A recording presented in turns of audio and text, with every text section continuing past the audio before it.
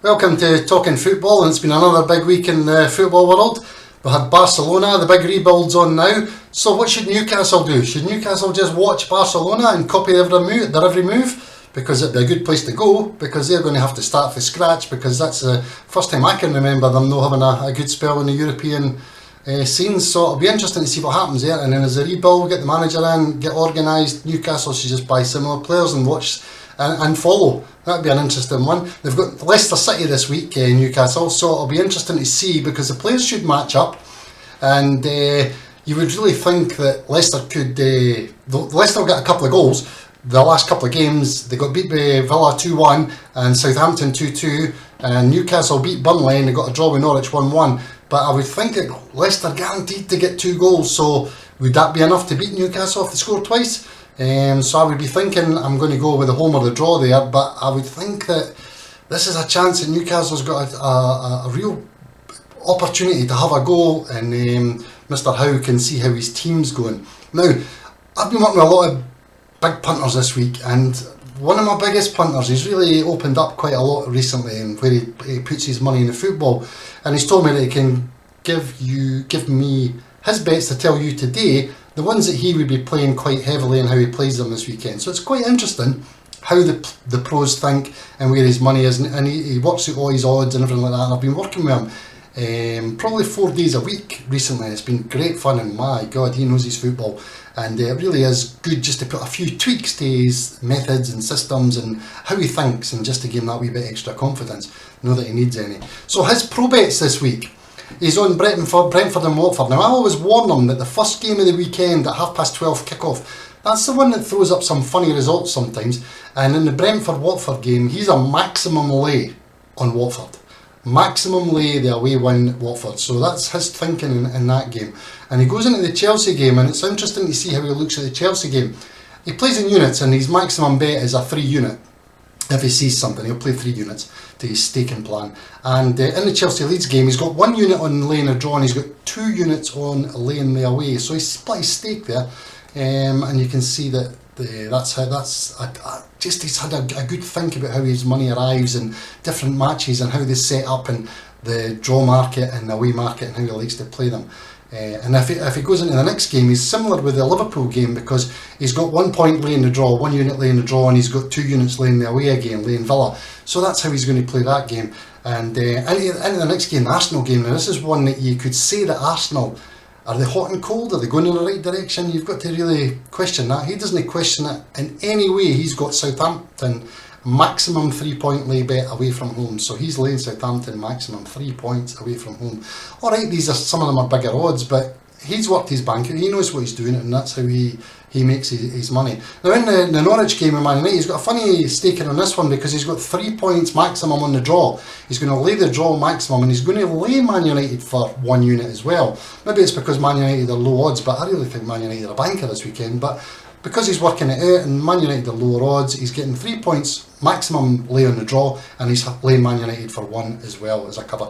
So that's his first part of the weekend. I'm only giving you that because he only goes a day in advance, and he's not really got himself organised for the Sunday matches yet, where he'll commit to prices and things. But that's how he looks at the first 5 games this weekend. It's always interesting to see how big punters play, and I love hearing all your different bet types. We've done that in the horse racing this weekend as well. We want to find out exactly where you play, what makes you, what bet type suits you, where do you play in the half-time, full-time, and the match odds and the correct scores. Because in the match odds, we've got methods for the match odds, correct score 1, correct score 2, accumulators and things like that.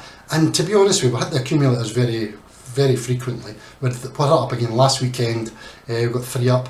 And the match odds, a lot of people as punters want to play every single thing, whereas the match odds and the correct score 1 are very similar methods. So just specialise in one or the other. And if you can hit a system or a strategy that you can really get to grips with your risk management and your staking, you really make a lot of money, and you can get regular income, but you need to stay organised and don't be FOMO, don't be all over the place and try and play every single bet type out there. Even when you sign up for a tipping service, find the one that suits you. Don't play every single thing that they recommend to you. Find what suits you and your mindset. So I'd love to hear from you. Drop me a message on Twitter, to the CCB page or to my personal page. DM me, follow me, whatever you think is going to be easiest. Send me an email, whatever suits you. Go on the site, send us a message through the site, and because I really want to find out exactly what makes you tick in the football world as far as bet types goes, because we've got all the data and we can help you in any way, and I'd love to just keep the punters winning. Betfair's where we do most of our stuff.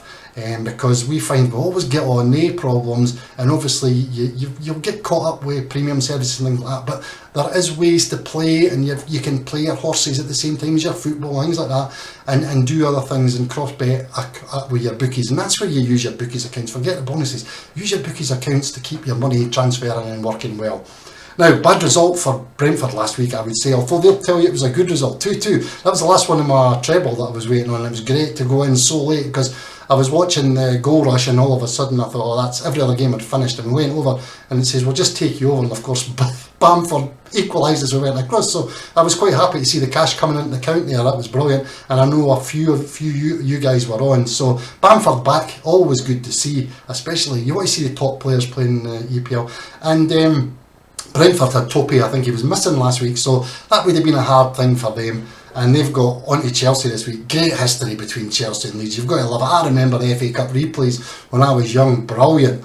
David Webb and all that. Billy Bremner and all that. Mick Jones, a whole lot. Alan Clark. Just brilliant. It was a great period for football. And Chelsea and Leeds had a few really hard games. You go on YouTube, you'll see some videos on the games. They're hardy boys, you know.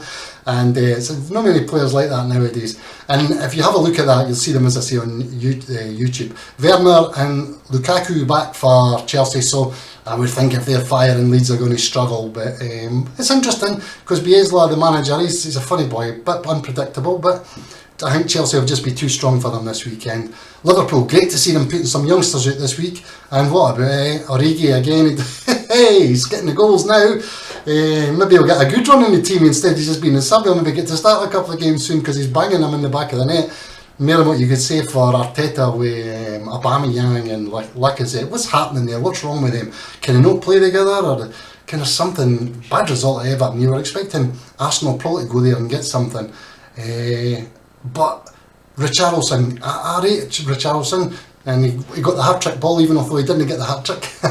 But I thought he's a good player, Richarlison, so it'll be interesting to see if Everton can build on that now, because they've been a bit disappointing, a bit boring under Rafa. So hopefully they get running now and get off and running and start to get themselves organised.